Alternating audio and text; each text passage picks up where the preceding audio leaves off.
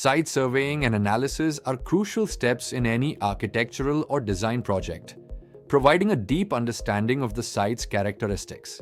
This process involves researching and analyzing social, historical, climatic, geographical, legal, and infrastructural aspects. Key factors include topography, hydrology, soils, vegetation, and climate, which are essential for environmental sustainability. Understanding surface drainage, accessibility, and the site size and shape also plays a vital role in design decisions. Site analysis helps in making better design choices, optimizing resource use, and anticipating potential issues. It provides confidence in proposed directions and a more complete sense of project pricing, offering options for existing structures.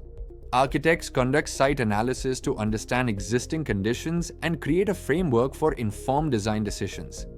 This comprehensive research ensures that the building makes the best use of resources like light, access, and views. Ultimately, a thorough site analysis is an empowering pause in the purchase process, leading to better and more sustainable developments.